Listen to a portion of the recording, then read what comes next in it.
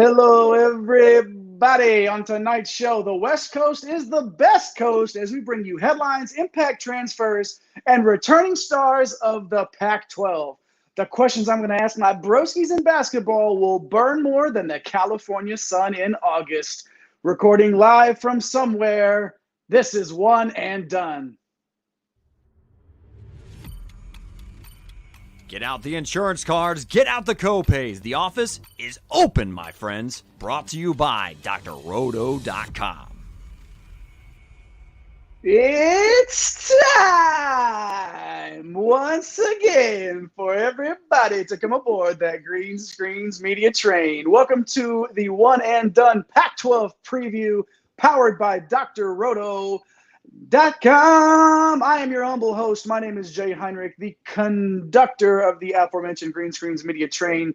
Find me on Twitter, X, whatever you want to call it, at Dr. William Cannon. And let's get right to El Capitan himself. He is the captain of the Green Screens Media ship. Follow him on X at MC Holland34, the OG Money Mike. That's Mike Holland. What it do, baby? What it do? I've got to stop playing these midweek college football DFS slates, and my life would be a little bit better. But I'm waiting for the weekend, going to Texas OU, and we look forward to seeing these Horns pull out a victory, going to the national title game. We're not talking football, though. Let's talk some hoops. If you guys haven't checked out all our off-season stuff we did, please go back and watch it. We interviewed with something like 10 coaches. We covered the transfer portal. So if you're just trying to get caught up, I think we have, 32 days or so until tip. Get out there, check those out. There's plenty of content, and we're going to keep bringing it to you. And I'm excited for tonight, as we're going back out west, so talk about some Pac-12. Yeah, we interviewed like half of the Mountain West Conference coaches, so make sure you go back on our YouTube page and check that out. If you're hanging out with us, like and subscribe, but not before introducing – he might be last in the intros, but he's first in our hearts. That is Eric the Blue. Find him in those Twitter streets at Fantasy Nav, the Baron of Bread of Green Screens Media. That is Eric Romoff. What's happening? Man, about a month left to go. Mike did a fantastic job detailing all of the work that we have done over the course of the offseason to get to this point. But the train doesn't stop here. Obviously, we're here tonight previewing the Pac-12. We've also got our top 20 countdown, the top 20 returning players for the upcoming season. Those are going to be dropping every couple of days or so. So make sure that you are checking out all of those on our YouTube page, on our TikTok page. Basically, anywhere you find us, you will find that top 20 countdown. And at least here recently, anywhere you find us, you're also finding Kalen ready to jump into the Pac-12. Needs it right there, baby. Into the veins. And 2 shows in a row right there along with Kalen. We got Riley ready to go jump into some Pac-12. This is going to be an absolute blast of a conference. Riley! What's up, Kalen? Thanks for checking into the comments. Just like Riley and Kalen did, you can also hop the final Pac-12 preview. Yeah, it's something – what is it going to be like the Pac 3 3/4 or something by the next time we I don't know, and a quarter. something like that. Yeah, do the Pac Tree Fitty. But yeah, last one. But this is not our last preview show that we're doing. No, plenty more to come as we get closer. So make sure you like and subscribe and turn on those notification bells so you don't miss a minute of our college basketball coverage, including tonight, our Pac-12 preview. Let's go ahead and jump into it now. Last year, UCLA ran away with this thing, 18-2 in regular season play. That's pretty impressive, but doesn't always go as it seems it might in the conference title game, as a very talented Arizona squad won that conference tournament title with a close victory over the Bruins. The Pac-12 was a 4-bid league last year.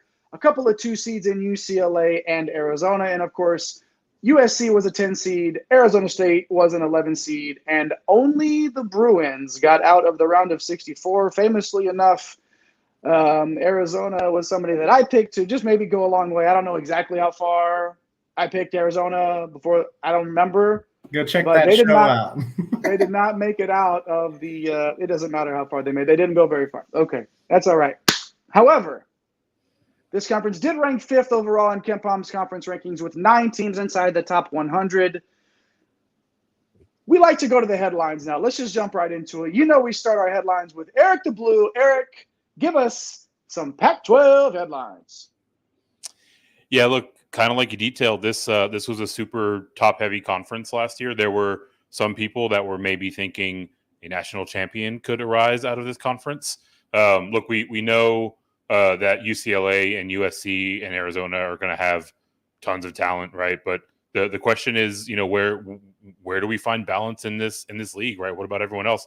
Dana Altman and his Ducks, they seem like they're always sniffing around near the top, but can this be the year where they take that step? Obviously, we've got Cal bringing in Mark Madsen, and he brings right along with him a fully loaded transfer class. Is that going to be enough to pull this team out of the cellar that they've been dwelling in for the last few years? What about this kind of middle class that's been hanging out there for a while? Do any of them get incrementally better, right? So, with it being such a top-heavy league last year, we have to wonder, is anyone going to contend from, the kind of traditional powers we've seen over the last couple of years, right? Teams like Cal, teams like Oregon, maybe a team like Washington could be interesting. So that's definitely, the major storyline to watch. The other thing to consider is this conference was only 29th in three-point shooting, right? 33% on average in conference play.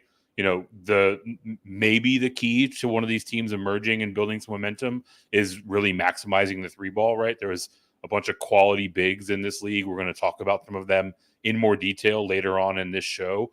And no one really went too far in the tournament, at least in part because they were kind of lacking on this 3-point side, right? So, the teams that went out and prioritized shooting from distance over the course of the offseason, maybe they kind of have the inside track to be the one that emerges. But ultimately, I think we're in for another, head spinner of a year here in the conference. As someone that one season shot a higher percentage from 3 than he did from the free throw line, it hurts my heart to hear how poorly they shoot from 3, and they did, Jay. At least last season. Go walk on. I have eligibility. The issue is I don't have knees. So, Mike, instead of talking about my future college basketball career, do you have anything that we need to know heading into the season about the Pac-12? I do, but I want to know if you need a waiver. I do not, fortunately. Fortunately, okay. No waivers needed for me. All right. So, for me, Eric kind of outlined a little bit. Arizona, USC, feel like, some of the heavyweights here this year, but it's like the rest of the league's kind of a crapshoot, right? Like even Arizona kind of has some question marks. USC, they lost Drew Peterson, so we're not really sure what's going to happen with Bronny and that news that we covered over the summer. USC is also dealing with, Ucla, who was a 5-star talent and kind of went through the same issue that Bronny did. We only saw him in limited action. So, yeah, even though Arizona and USC might be some of the heavyweights, there's still some question marks there. And the last thing really is the freshmen. Like, we haven't really gotten a chance to talk a lot on these preview shows that we've been doing. Now we're entering these, these Big 6 conferences. There are some big hitters entering this conference and could be difference makers. Cody Williams, he was ranked number 4 on the 24/7 composite at Colorado. Adai Mara is going to go to UCLA. He's from Spain. He's number 15. Stojakovic, yes, that's Stojakovic. Andrej, he's going to Stanford. He was number 19. Jay's guy, Jackson Shellstead, he's number 26, going to Oregon. Bronny was number 28, going to USC. UCLA's got a couple of other foreign guys, even Mookie Cook's coming through. Wesley Yates from Washington is number 53. So there's a lot of talent coming in. So, how are these freshmen going to really shake it up? We talked about we don't really know what we're going to get from freshmen in some of these like mid-major conferences. Well, we're going to get some heavy hitters entering the Pac-12 and these other Power 6 conferences for sure.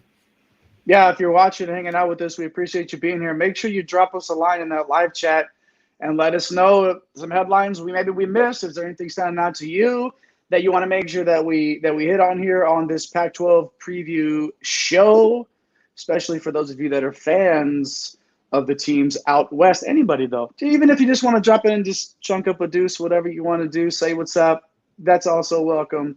But, yeah, let us know what you think about what the big things are in the Pac-12 this year. Let's move on now from the headlines. the transfer portal rules the world, right? You know, like it is what it is. We interviewed a coach this season that like mid-interview, he got a text message saying someone was transferring out of his program. So I mean, this is the reality of the transfer portal. And the Pac-12, Mike, you listed off a lot of those freshmen that are coming in, but there's quite a few impact transfers coming in, or people that we consider impact transfers coming in now. Let's start here. Let's start with Arizona. Couple of transfers that have come into Arizona. Caleb Love and Keshad Johnson. Caleb Love, of course, of Tar Heel fame, and has gone through that messy divorce they're saying over there with the Tar Heels. I'm not tippy-toeing into that anymore than I should here. But he is, of course, 6'4", 200 pounds, averaged 16.7 points. Scoring is never the problem with Caleb Love. He never met a shot he didn't like. 2.8 assists, and was number 3 on Mike's top 300 board over at drroto.com. Keshad Johnson, 6'7", 225-pound forward, transferring in from the Arizona Wildcats, averaged 7.7 points, 5 boards, and was Keshad Johnson coming in from San Diego State into Arizona. My apologies. 7.7 points, 5.0 rebounds, 66 on Mike's top 300 board. Kirk Kriisa, gone. Azuolas Tubelis, gone. Love and Johnson are in now, who Mike have both played in a national title game, and they're coming on to play for the Wildcats now, and hopefully maybe even get them past the first round. Yeah, you'd like that, right? But yeah, they both played in the national championship game. Obviously Love a couple of years ago, Johnson last year. I got to start with Love. Jay, I know you might disagree with me on the ranking at number 3 on our transfer big board. But I think at the shots start to fall for him. That's going to obviously be a game changer for him. The efficiency wasn't quite there from 3. I just really like the fit with him coming over to Arizona. This offensive system, Tommy Lloyd, he plays more of a free-flowing style system. So I think he's going to expand his game, and maybe just kind of get him away from that situation will do him good. And Arizona doesn't really have many guys on the roster. You just kind of comb down the list here, and guys you can go say, hey, go get your shot, or hey, take the last shot that you feel confident in. So I really like Love in the fit, and I also love the fit with Johnson. I mean, he brings toughness. I think that's one thing that was missing last year. Eric covered it a lot, right? It seems like sometimes they're a little bit of a kind of a finesse team. So, Johnson coming up from the San Diego State program. Obviously, we know that's a tough-nosed, hard-nosed program. He's a guy that's not going to put up Tubelis numbers. That's not what he does, but he's going to bring grit. He's going to bring defense. And just going to bring that toughness that this team really needs. So I like this pairing that's coming over for sure. There weren't too many things that I disagreed with you on that top 300 board, but Caleb Love was one of them. I hope he proves me wrong this year. I've told everyone that'll listen that I'm excited about basketball out west this year, and he's a big part of that. I just don't know, man. Like it is a fit. He's going to score, but I don't know. The Keshad Johnson is the one that I like more actually in this scenario, in this transfer duo, if you will. You know what you're going to get night in and night out with Johnson, because every single night at San Diego State, everybody gets 9 points, everybody gets 5 boards, you know what I mean? And you know what you're going to get out of Johnson. And I think that he's going to be, even though Love might average more points, obviously, I think Johnson in the end is going to be the bigger. I don't know how to say an X factor. He'll be more of him being an X factor will have more of an impact on the Wildcats than Caleb Love being a star, if that makes sense. All right, we got a question here. We got Kirk Kriisa question. What do we got up here? Addition by subtraction with Kriisa. I heard he's cursed out the coach last year. We definitely. We heard that too. That Kriisa definitely had. It seemed like had his moments there. What's crazy, Jay? What's that? Coach Eilert in West Virginia, where Kriisa went to, they're having trouble with Jose Perez, who is no longer on the roster, and there's a whole thing going on with that. So what's going to happen on that first time out when Kriisa starts going crazy? But that's for the Big 12 show. Yeah, and we'll definitely hit on it, but. We like Kirk Kriisa a lot, and we played Kriisa a ton on DFS last year, just waiting for that big explosion, and it didn't happen early on. He definitely finished the season strong, but He's no longer here. And I do think that in this case, a change of scenery and, Kaylin, like you said, addition by subtraction, it might favor the Wildcats in this scenario. A couple of really nice players there. All right, let's move on now. You saw me earlier. Talked about Mark Madsen. Had to get my Madsen dance in. So let's go out to Cali with our guys Fardaws, Aimaq, and Jaylon Tyson, who we are very familiar with here in Big 12 country, who both transferred in from Texas Tech. Aimaq obviously has played for Madsen before and reuniting there with his former coach. He's a center at 6'11", 245, averaged 11 points and 8 boards in just 12 games because he was nicked up quite a bit last year, and came in at number 11 on the top 300 transfer board. Jaylon Tyson, the wing from Tech, obviously 6'6", 210, almost 11 points, did average over 6 boards and shot a very cool 40% from three, tossing in 1.4 swipes per game, number 69 on the top 300. Nice. All right. Little Big 12 flavor coming to the Pac-12. You know, again, we talk about these sort of finesse-like teams, the reputation the Pac-12 might have gained, you know, over the years. And now these are two guys that are basically, Eric, the antithesis of that, and are going to come into Cal with Coach Madsen and try to resuscitate this program that, unfortunately, to say, has been lifeless. Yeah, look, Coach Madsen gets a couple of thumpers to come along with him to, you know, reboot this Cal program.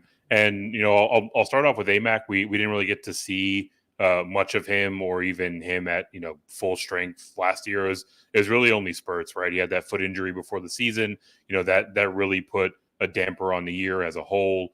You know, in those 12 games, you know, he did show some pop, right? And obviously this is against very strong Big 12 competition. So, you know, you do have to put a little bit of a premium on that. Now he reunites with Coach Madsen. He played for him and went, you know, absolutely bananas for him when they were together at Utah Valley. And then on the other side, you know, Tyson is no slouch himself. Number 69 on Mike's big board, a former top 50 recruit, right? You know, found some good playing time last year, really showed some promise. It felt like he had some good momentum building towards the end of the year. So, you know, both of these guys are outstanding shooters for their size. They definitely bring that, you know, that high motor, kind of high energy defensive presence. You know, they're good on the glass, right? So just a couple of you know, big impactful players coming in for Coach Madsen. Moving right along now to a couple more transfers. Jared Bynum, the 5'2", 180-pound guard, now at Stanford, transferring in from Providence, averaged 10 points, 4.3 assists for Providence last year, number 71 on Mike's top 300. And Paul Mulcahy, the guard from Washington now, who came in from Rutgers, 6'7", 215 pounds, averaged 8.3 points, 5 boards, a very respectable 37% from three, and added in 1.5 steals, coming in at number 83 on Mike's top 300. Bynum was a guy that played a key role on a couple of Friar tournament teams. Mulcahy did the same, Mike, in a tough Rutgers program as well. Yeah, I love both of these additions. I think Stanford really upgraded their point guard position in a big way. You look at what they've kind of been rolling out there the last couple of years, and that's not this guy. This guy's going to go out and get you, you know, he can go out and get you 20, or he can go out and just play a solid point guard role and get others involved. I think this is really going to open up their offense. So, you know, as we look at Stanford, they're kind of one of those teams where it's like you don't know which way it's going to go. You know, that McConnell playing last year at the point for the last couple of years, and it felt like they're playing 4-on-5. He's more of a, you know, not looking for a shot. So, you know, tough to play offense that way. And then you look at Mulcahy, like a late portal addition. He was one of the last entrants that we talked about during our offseason transfer portal shows. And his size and skill set is awesome. A great pickup for Washington. I mean, 6'7" at the guard position, can handle the ball, can shoot the three. Like he kind of run your offense, you know, here and there. 3-and-D kid and just a sweet pickup. A lot of versatility on both ends of the floor. So, yes, two very underrated transfers this season. Maybe, you know, Mulcahy got some headlines, but Bynum for sure kind of flew under the radar. But both of these guys are going to make a major impact. Mulcahy did make some headlines, and he was somebody that, I don't know, it was just a name that surprised me a little bit to see him in the portal, but he's going to make an impact for sure. A couple more guys there on the top tier graphics. Shout out to the graphics department today. I hope we didn't blow the entire. We still have like a few shows left, guys. So You're we just can't not do getting it paid all this week. on this. Not this week. That's fine. I'll donate it to charge it to the game or take it out of my check, whatever you want. Kario Oquendo, they're coming in from Georgia, and Shawn Phillips coming in from LSU. So a couple of SEC guys. Oquendo transferring to Oregon, 6'4", 220-pound guard. Woo-hoo-hoo. Give me all of that. Banging around. No pillow fights on the West Coast this year, baby. 12.7 points, 2.6 boards, number 91 on the top 300 board. And, of course, Phillips, he's 7 feet tall, and you can't teach that. 1.4 points, 2.2 boards. Do not let these stats fool you. The size that he's bringing in, the minutes weren't there. It wasn't in the cards for him at LSU. Whatever it was, now at Arizona State for Phillips, he's going to be a super, super intriguing player with that size. So, Mike, let me go to Eric now.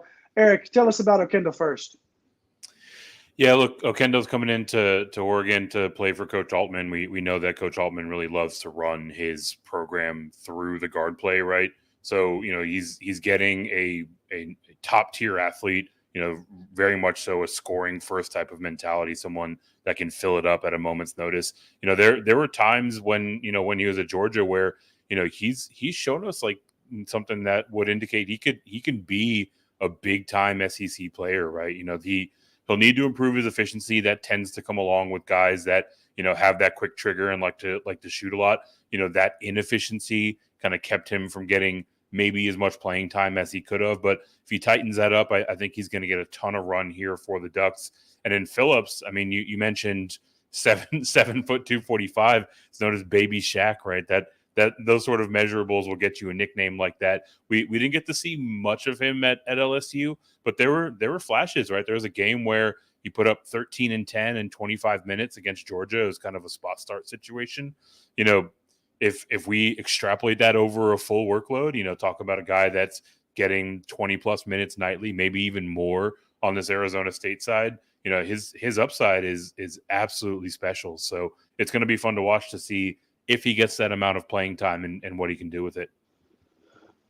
Bynum, Mulcahy, Oquendo, and Phillips, they're wrapping up our Impact transfers. Baby Shaq, let us know in the comments, in the live chat, if you played NBA Jam with Baby Shaq on the Orlando Magic, because if you did, that man, it was absolutely unstoppable.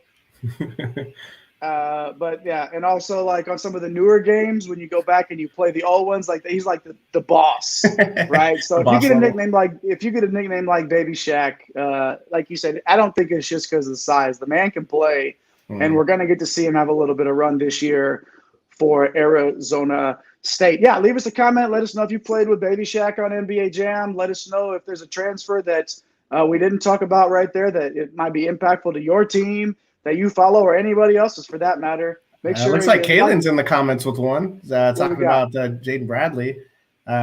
Should be starting, but probably won't for Arizona, coming over from Alabama. So yeah, we'll see. Bradley and Boswell will duke it out, and we'll see how that goes. I don't know if he should be starting. I don't know if we've seen enough of him. So yeah, we'll see. But it's a good problem to have, though. Yeah. That's a really, really good problem to have. Right behind Kalen. Moses Wood, great transfer coming in.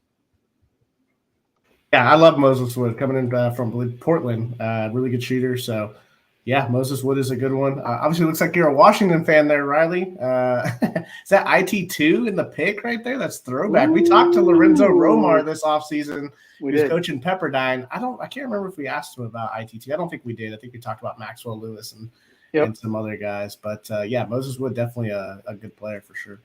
Good stuff, guys. Thanks for hopping in the chat as always. And make sure you, if you're hanging out with us and you haven't, hit those like and subscribe buttons. Follow all the handles there on X. Follow at Get Green Screens, which is the Green Screens Media account on X. And also at One and Done CBB is the show page. Hit those follow buttons for us if you can, until the hoop heads in your life about to one and done your broskies in basketball here on a Thursday night. We waited. The football game was better than we thought it was going to be.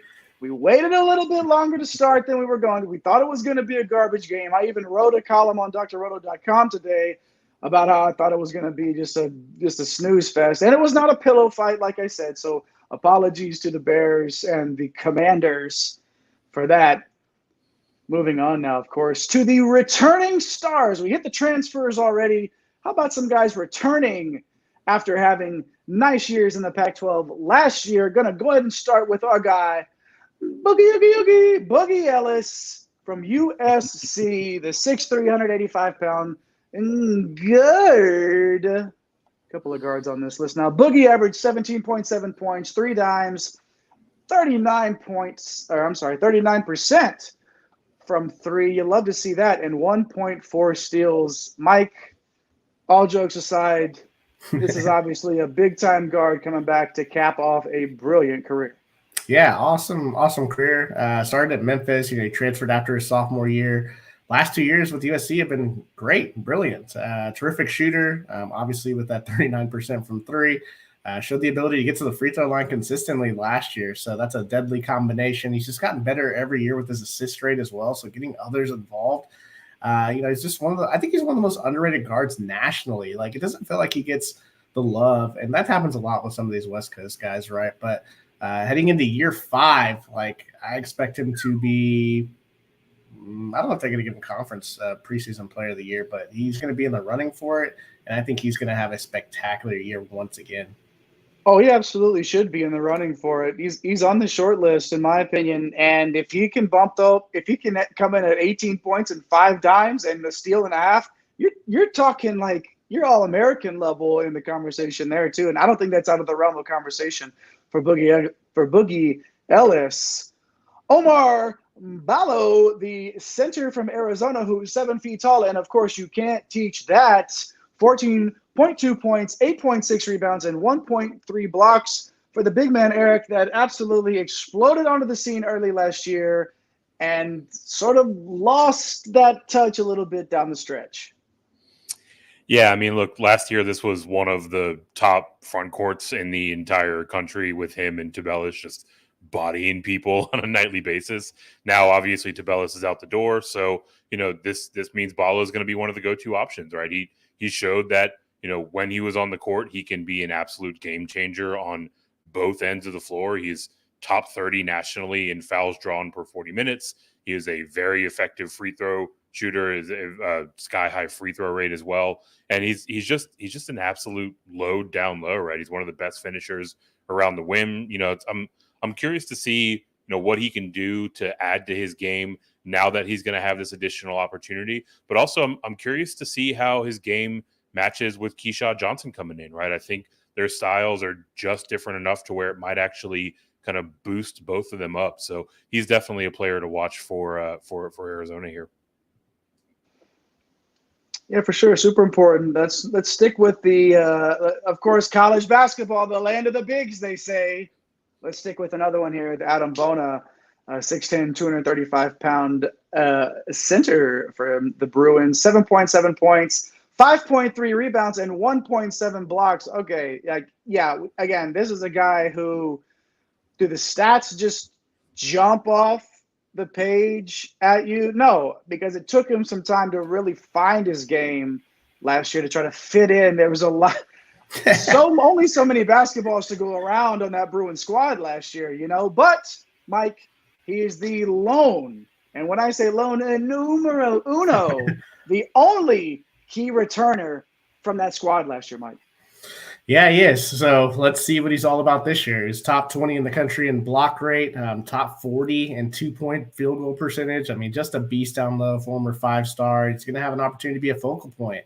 There's a lot of foreign guys coming in. So, this is kind of the known commodity right now. There's some unproven talent, which is weird. We're going to see Coach Cronin, what he can do with this squad. Because, we've been used to the names, right? Hawkes, Campbell. We love Clark. Probably one of the, sad to see what happened to him at the end of the year. Probably the best defensive player in college basketball last year. So this is going to be an entirely new look UCLA team. But the one thing that we can count on is, Bona and just what he can bring, what he can bring down low for this team and on the defensive end. All right, putting you on the spot here. Give me Adem Bona's averages per game for points and boards this year. I'll put him at 13 and 8 with a couple Wow. of goals. Yeah. Eric, are you going that high on him? I mean, look, he's talented enough to absolutely contribute that way, right? The question is, whether or not he's going to get the run. And given how much talent and usage is out the door, I think it's more likely than not, right? So, I mean, it's a big jump year over year, but he's got the skill set to do it. 13 and 8? Wow. And 2 blocks? We're doing it? Good. Oh, yeah, let's do it. 2.2 blocks? All right. Bookmark it. Chapter All right, do it. Boop, boop, boop, boop, boop. Mark it. All right, here we go. Little bit, moving, going center. Okay, let's go down to guard now. Need another guard here. KJ Simpson, point guard from Colorado, 6'2", 180 pounds, averaged 16 points, 3.8 assists, and a steal and a half. Eric took a big leap in his sophomore year, and what seems to be the theme with some of these younger guards that we might talk about, just a little bit of room for improvement with the efficiency. Yeah, I mean, look, if this kid can just get his 3-point stroke going, he's going to be an absolute problem, right? So he shoots 80% plus from free throws, so you know it's really only a matter of time before you see his field goal percentage start to raise up a little bit. And I absolutely love that he can run the show and be a force on the defensive end, right? With these young guards, with the guys that like to shoot a lot. He's going to need to cut down on his turnovers. He's going to need to work on his efficiency. But really for the Buffaloes, right, like their season is going to go how KJ Simpson goes. Like if they want to push for an at-large bid, it's got to be his absolute best out there on the court every single night. But based on the leap we saw last year, I think he can carry that momentum into this season. You know how you can get away, how you can stay on the floor when you're a bad 3-point shooter and you turn the ball over? You steal it back, and that's what Simpson does. He does just a little doop. He chips and he dips a little bit there, like our guy Eric likes to say. Simpson's super talented. Looking forward to seeing if he can take that next step forward. Let's wrap it up here with our returning stars in the conference with the 7-foot-tall, and you can't teach that, Branden Carlson, the center out in Utah, 16.4 points, 7.5 rebounds, and there it is, 2 blocks per game, and somebody that I consider Mike to be one of the most underrated bigs in the entire country. Yeah, I do too. I mean, this guy's not talked about enough, and maybe it's because this Utah squad that he plays on doesn't get a lot of coverage. But if you look at it, like looking at stats, like year over year, man, like points, rebounds, assists, and blocks have literally gone up every single year. So if you watch him play, he's got a nice touch down low. He can shoot the 3, so he's effective inside and out. Just a very efficient player, shot right around 50% from the field. Man, like Utah might not be the most exciting name of the Pac-12, but every night they have him on the floor, there's a chance. You just don't find this type of efficiency, from these big men from inside and out. So yeah, love Carlson's game. If you guys get a chance to watch him, check it out. The hair rocks too. Oh yeah, yeah. Gotta love the lettuce there. The lettuce, gotta love that. Boogie, Ballo, Bona, Simpson, and Carlson, our 5 returning players, gonna do a little bit of damage. Maybe, why not? Why not? We don't do this very often. Why not a little honorable mention here? Okay. What do you say? What do you got? How about some Keon Brooks from Washington? What do you say about him? Yes, Keon Brooks, man. Brooks? Yeah, solid player, man. Washington's dangerous. Like their ceiling is interesting. An interesting floor-ceiling combination I think we'll talk about here in a little bit. Yeah, we'll hit on that a little bit later. Before we get to the next segment, make sure you drop us a line in the chat. Let us know if there's anybody sticking around this year that we didn't hit on, or if you're really high on some of these players like we are. Adem Bona, I think, talk about a floor-ceiling type of a player. I wouldn't. Could he average 8 and 6 and 1.7 blocks? And that's just who he is. Or could he get to there's a lot of questions here. So leave us a comment. Let us know what you think. Like and subscribe, of course. Do your thing. Do your part in that Green Screens Media universe, as I like to say. Burning questions now. I alluded to them in the open. These questions are going to burn hotter than the California sun in Augusto. Let's get right into it. Oh, look at that. Look at the banner already going across the screen like that. Woo-hoo-hoo. Behind the scenes on top of it today. Loving it. Burning questions. All right, let's go, boys. UCLA ran away with it last year, but lost a ton of talent, obviously. 4 of their 5 starters. We hit on that. Jaquez, Bailey, Clark, Campbell, all gone. It's just Bona. Who's the player they need to have a big year, aside from Bona, to have a chance to repeat as conference champs? Mike, I'll go to you first. Look at this roster. Oh, my goodness. This roster is full of, like, random foreign guys that, I've only been able to watch a little bit of film on. But I'll go with Berkey Büyük Tunsel from Turkey. What a name. Like, say that 5 times really, really fast. And the reason why is, like, you lose Jaquez, right? And just kind of been that mainstay at your 4. What are you going to do? He was such a great player, tough nose, really good defensively, very efficient offensively. And, this kid, I mean, he's a stretch 4. He's talented on the defensive end. He played on the under 19 and under 20 Turkish teams, went 19-4, 5-2-2 against the U.S. in the 3rd place game. So, he's got talent. He's probably going to start the 4. And this is a huge opportunity for him for sure. So, I guess if I'm having to pick someone, he's interesting, but there's a lot of guys on here, Eric. I mean, like the roster's kind of chock full. We only really know about Bona. Yeah, I mean, look, there was a ton of turnover and a ton of talent out the door for Mick Cronin. So, a lot of guys are going to get some opportunity. The guy that I like is Dylan Andrews, right? This is a former top recruit, a 4-star guy. He only played a pretty limited role with Tiger Campbell out there last year.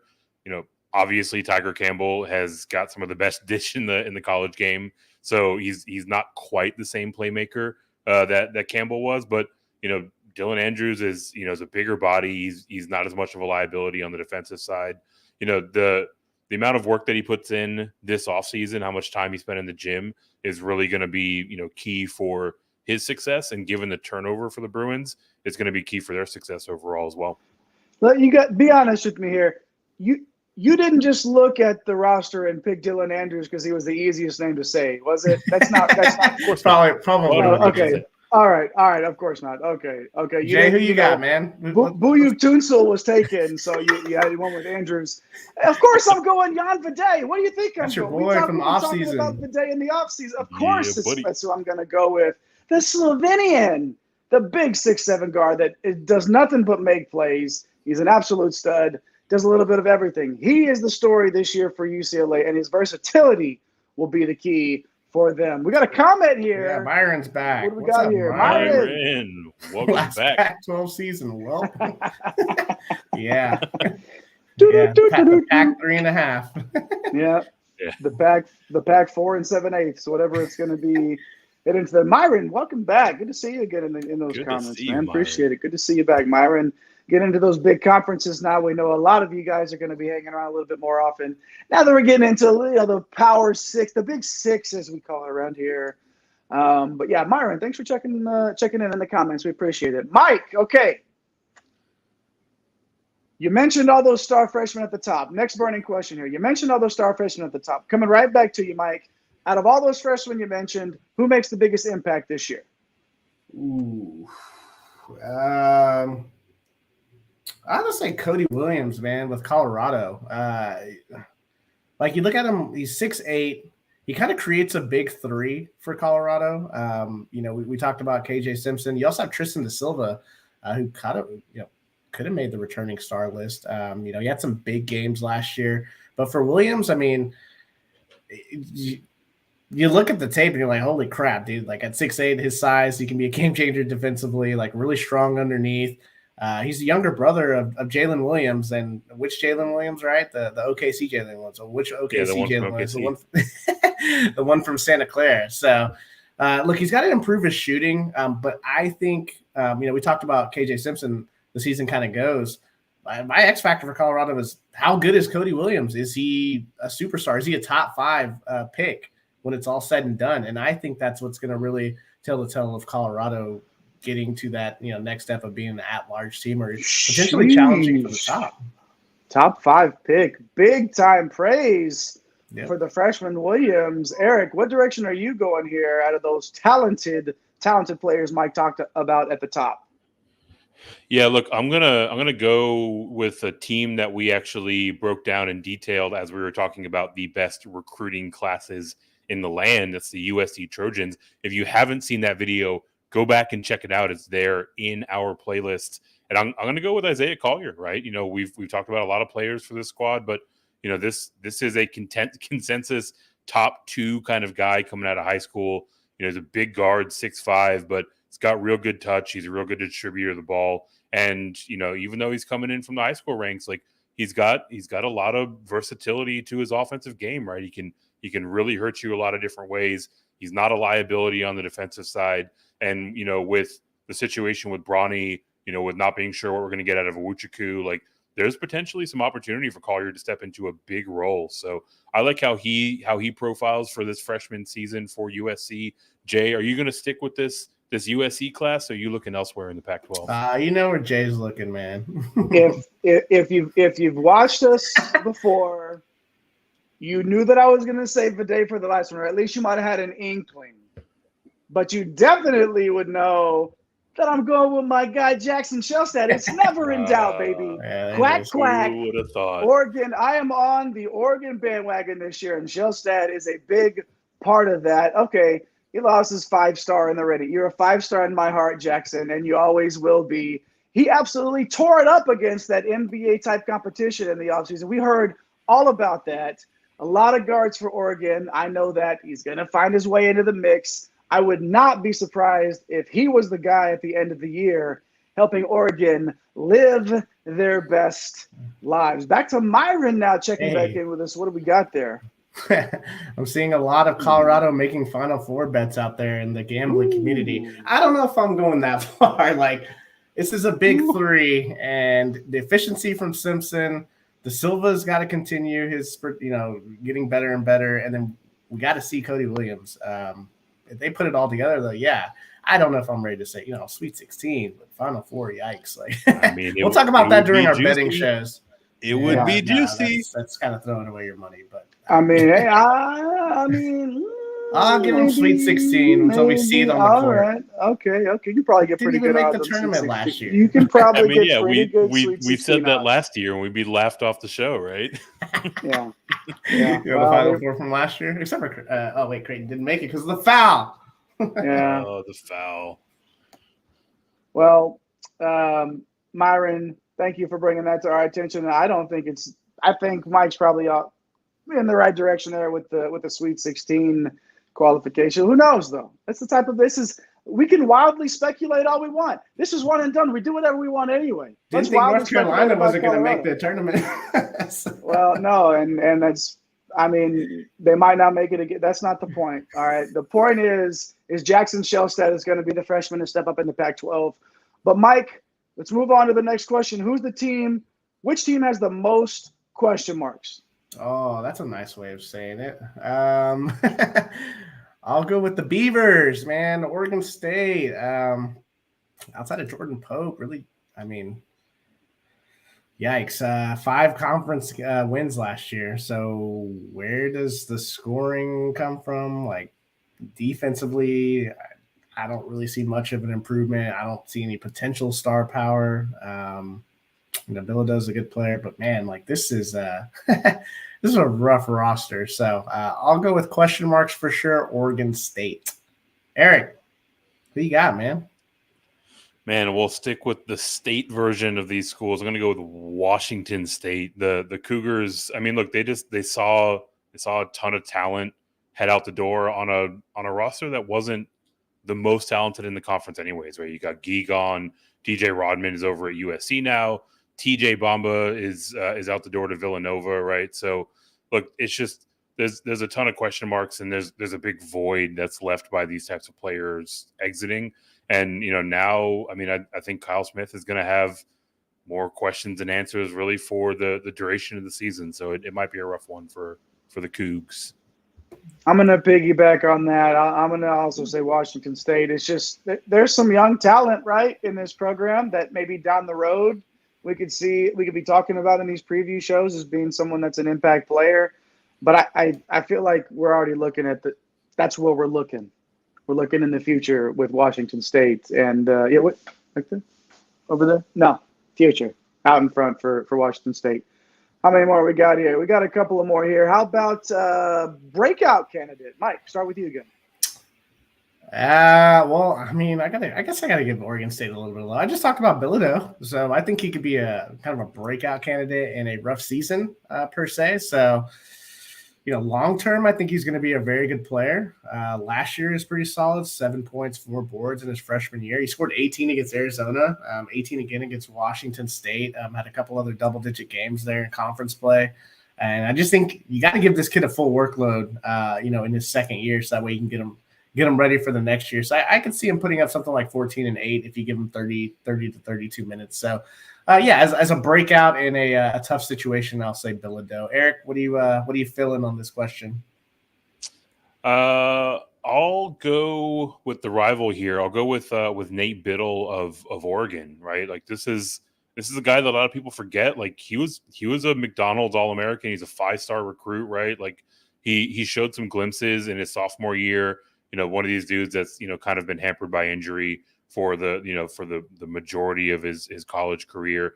And when we talk about former 5-stars, former McDonald's All-Americans, guys that are 7 feet tall, sounds a lot like someone named Kellel Ware, who's now out the door over to Indiana, right? So the job and the role for Biddle is right in front of him. If he can stay healthy, I like him to reach up and grab it. Jay, close us out. Who do you like as your breakout candidate? Couple of good choices there, but I'm going to go down to Stanford here, down the coast, and go with Branden Angel. For me, super talented, super versatile. Yeah, Bynum and Jones will get a lot of the attention, a lot of the headlines, and that's just fine. Don't worry about that, Branden. You're the guy that's breaking out this year for Stanford. Right. I definitely think Angel could turn some heads this year in the Pac-12. Coach on the hot seat now in this conference. Let's just stay with Mike. Going first again here. Who do you got whose seat's getting a little warm? You better hope Branden Angel breaks out, because this might be the last year for Coach Haas at Stanford. I'm looking at his tenure. Stanford's only finished over 500 in conference one time in his 7 years. You didn't make the move last year for Mark Madsen. You let him go to the rival Cal. I think the fan base is probably going to need to see something here this year. You mentioned Jones, Bynum, Angel as a potential breakout player. Still Jakovic is a 5-star. Like, it's got to happen this year. Otherwise, things could get a little dicey. Eric, who do you got here on the old hot seat?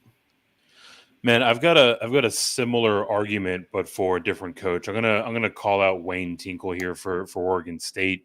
I mean, look, yes, we are a couple years removed from an Elite Eight appearance for this team, but you kind of set that aside.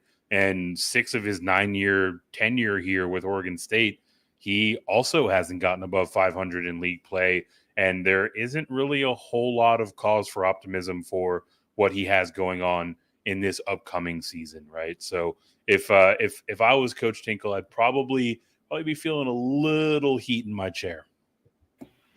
Jay, what do you think? If you're asking me, both of these butts are nearly on fire. I don't think you can really go any other way if we're looking at.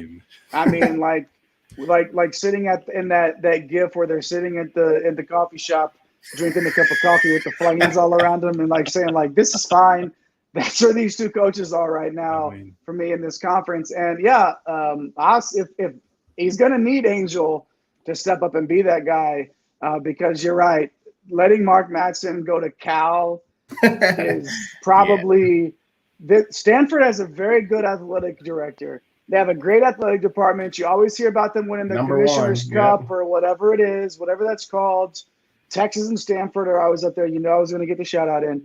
But Stanford, this could be the worst decision or non-decision, if you will, to ever happen in the trajectory of this program, unless something turns around here. So I guess if I had to pick one, I'll say that seat in Stanford is hotter, but both of these coaches are warm, to say the least. X Factor time in the conference. X Factor, Mike. What do you got?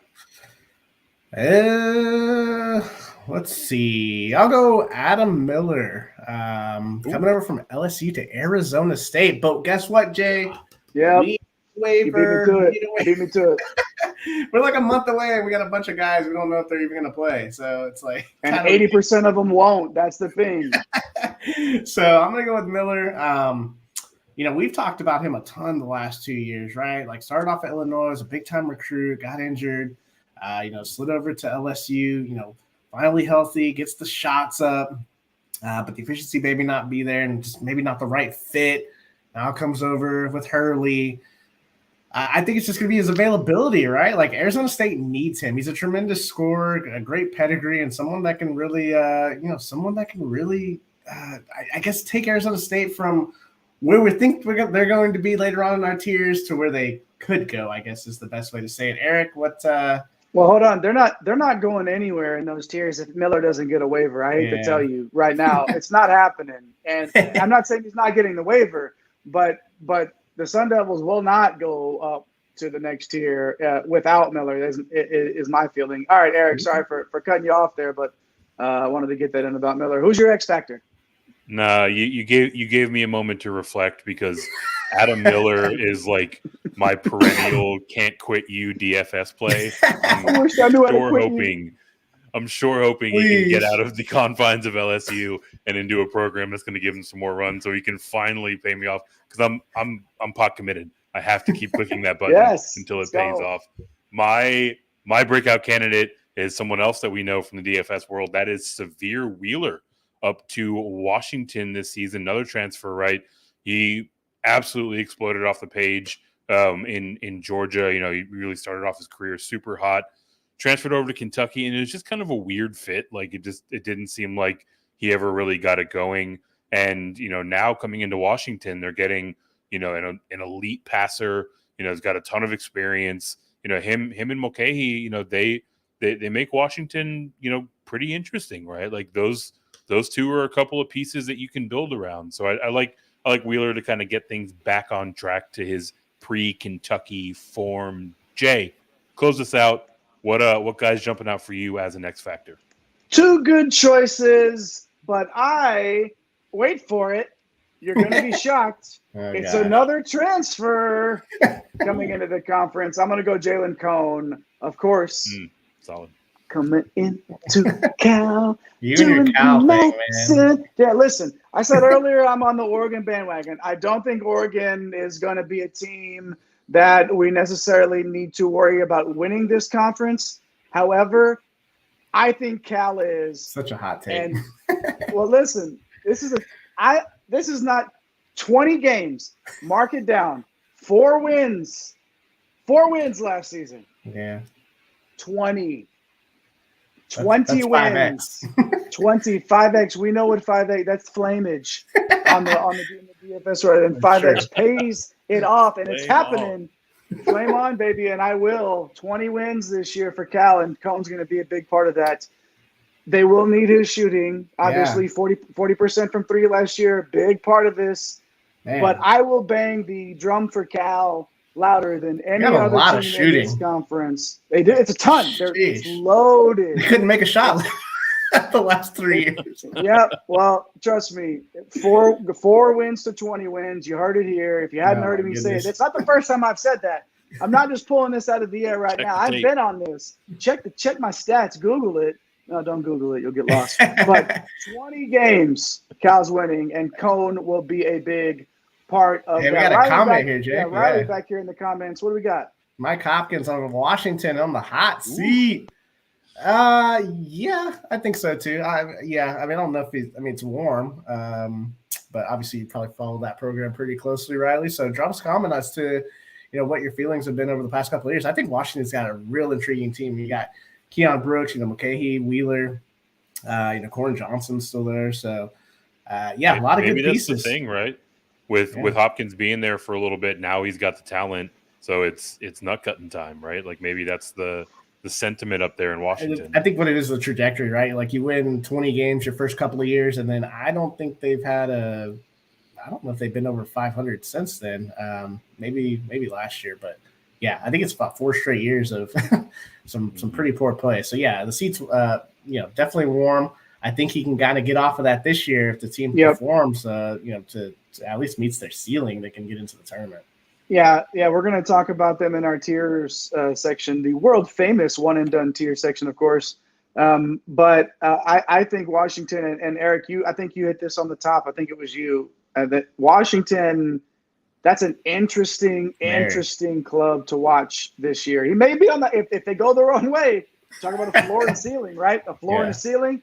If they hit that floor, he's gone. I don't disagree with you, Riley, on that necessarily. All right, here we go. Last one here. There's burning questions, burning it up. Will the Pac-12 burn up more than 4 bids this year? How many bids do they get, Mike? I'll go 4 again. Very top heavy last year, so I think probably not enough talent to get a 5th, but too talented to drop to 3. Right? So we thought that maybe it'd only be 3 teams that got in. They got that 4th team in.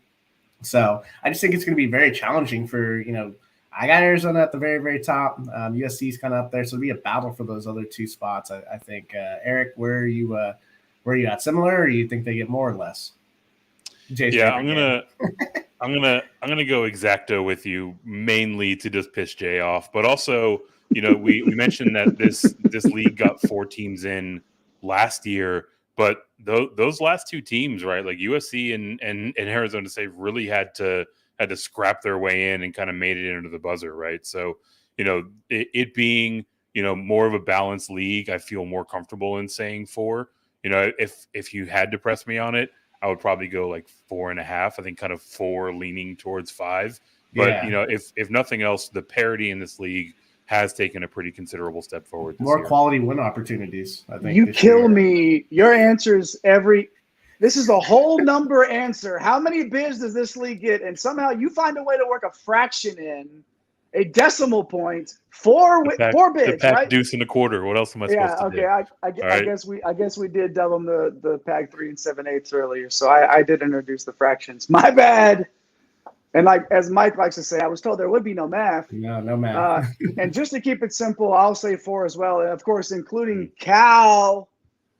Everything y'all said makes sense, though. I don't know if it's enough to get a 5th unless it's a bid stealer, who will not be Cal because they will comfortably get into the tournament this There you go. with 20 wins. All right, there we go. Burning questions. We burned through them about as slowly as, I don't know. I'll leave that alone. But tiers, those world-famous tiers. Before we get to those tiers, make sure you like and subscribe if you haven't. Leave us a comment. We love the interactions. And, of course, when you see us popping us up, we pop up. So excited to talk about comments. I can't even talk right. We put them up there when you say something in those comments. So drop us something in the live chat. Even if you're watching down the road. The last one we did, the Mountain West, there's like 12 or 13 comments on that page afterwards. And we definitely appreciate that. We'll try to jump in and interact with you if you do that too. So thanks for checking us out. Let's jump into those tiers to wrap up this show. The world famous tiers. Oh, Cal. And no, not yet. See, this is the absolute. Okay, I'm gonna woosah. All right, here we go. Doesn't mean they won't get in. Yeah, no, it doesn't. You're exactly right. It does not mean that they won't get in. Let's start here. 3 tiers here. We talked about the heat of the California sun earlier. We're going white hot up at the top, and then just a little bit of a simmer in the middle for that mid tier. And then lukewarm down at the bottom, kind of like it was out in here in Austin today, just lukewarm and disgustingly nasty, but not 100. It was like 80, so not going to complain. But lukewarm there at the bottom is what our bottom tier will be. Let's go ahead. You know what, Mike? I'm tired of starting with you on these tiers and everything. I'm going to go with Eric. Going with Eric today as my lights here are flickering. I don't know if that's a sign or not that Colorado's going to win the whole thing, but I'm sorry, Cal. Excuse me. I'm looking at this tier. Freudian slip there. Whoa, hey, who knows? Who knows? But Eric, go ahead and save me here with the white hot tier. Man, Jay setting a world record for fastest flip on the Cal program in the history of basketball prognostication.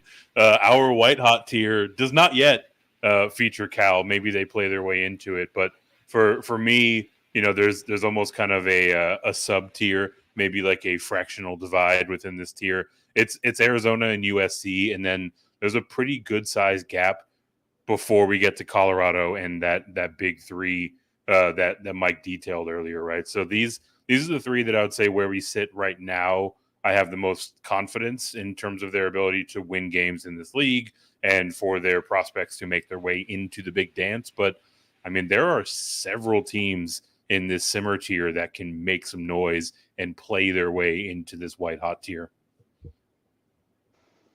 Yeah, I agree, including Cal, who's in that simmer tier. Yeah, you heard me. Let me do the dance one more time, just so you know that I'm talking about Mark Madsen and Cal in that simmer section, right there in the mid. Of course, I'm going to beat the drum for Cal here and say that they could be the team that would jump up. Look out for Oregon as well, and I think Washington is too low personally in this group of tiers. I don't think that they're a bottom feeder necessarily. I do think that they're going to be in that conversation to move up at least into that simmer tier as we have them right now on the warm. But what Mike was hitting on earlier about all of the guys from overseas for UCLA, like it's a ton of talent, right? But there's question marks. Is it all going to pan out? Is it all going to equate to success? Can we pronounce their names? I think. Hold on. Let me. Jan Vade. Yeah, Vade. There you go. That's my guy. I'll just stick with Vade. I'll just stick with him. All right, Mike. Since you got to go first all the time, now you're going last. Hit that lukewarm. Lukewarm. I'm going to go ahead and drag Cal down to. No, I'm just kidding. Hey. To me, this bottom row is pretty clear. Yeah, like Oregon State and and Washington State. Yikes. Yeah, I think we need to drag Washington up, guys, up to the simmer. For sure. Are we doing it live? Let's just do it live. Live. Yeah. Bring it up. Run it. We'll do it live. Bring it up. Boom. Run it. We'll do it live. Yeah. I feel more comfortable with this, so that's where they belong in my. Yeah, don't forget those emojis at the top of the tiers. Guys. Put them in there. Hey guys, a little emoji there. Yeah. So I'm gonna throw them up in the Simmer League. I might drag Cal down. Don't do that on live on air because Jay will get upset. But Arizona State, they need that waiver. They've got some talent. Oregon State and Washington State. It's gonna be a long year, guys. But yeah, I think it's just gonna be. Last year was just so top heavy. Got a couple other teams squeak in, and I think this year, 4 really solid teams are going to get in. So I'm looking forward to that for sure. That's the point I wanted to make as we wrap up the tier segment here is, it's still top heavy. And Eric, your opinion that there's like a sort of a sub tier there. I understand where you're coming from. I think the top of this conference is going to be a lot more bunched together this year. I do think that Cal will end up in that top tier when it's all said and done. Oregon will push. I might be higher on Washington than some, but Oregon and UCLA are also 2 teams that people are not going to want to play these teams on a night in and night out basis in this conference. I think top to bottom, this conference is in a better place than they were last year. And I do think we're going to see a little bit more of that parity. So for the sake of it, as we adjusted live on air, Arizona, Colorado, and USC up in the white hot tier. Simmering in the mid tier is Cal, Oregon, UCLA. Ooh, you tickling my fancy right there. I see you moving Cal up. Cal, Oregon, UCLA, Washington, Stanford, and those Utah Utes. And down there at the bottom tier of the Pac-12, the lukewarm Arizona State, Oregon State, and of course Washington State as well. That, ladies and gents, does it for the Pac-12 conference preview powered by drroto.com right here on One and Done. We appreciate everybody that checked in with us live on YouTube and on Twitter, wherever you're checking us out, Twitter, X, whatever you call it. We appreciate y'all hanging out with us live. Going to go to Eric first for some final thoughts. Man, I think I'll just have to underscore what we talked about a lot in that tier segment, right? Like, I think on the whole, this league is going to be more competitive than it was last year, right? Like there was a point where, we were counting up wins and losses down the stretch run to see if the Pac-12 was even going to get a fourth team in last year.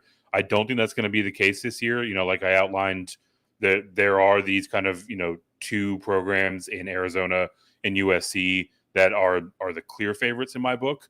But after that, we're all confident clearly in this league getting in 4 teams. And there's a good number of teams that can push for those last 2 spots pretty comfortably. So it's going to be a fun one to watch down the stretch run.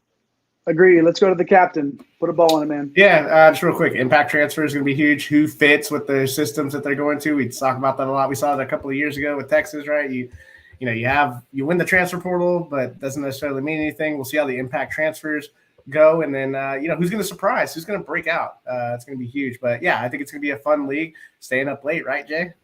We will be staying up late, and not just to watch Hawaii like I did too many times last season. Watching Gomeka Hepa, for whatever reason, just out there balling for the Warriors out there. We're going east, though, gents. Going east next show, out to the ACC. So thanks for hanging out with us tonight. Talking Pac-12, doing the thing. Make sure you like and subscribe. Thanks to Kaylin Riley and, of course, Myron. Good to see everybody there in the live chat. We appreciate y'all. Great show, everybody. We appreciate it. Tell somebody you love them. ACC coming up next. Have a nice day. Let's get this bread, baby. Thanks for stopping by the office. Get your fantasy prescription by subscribing to the channel and checking out drrodo.com. And until the next visit, be well and take care.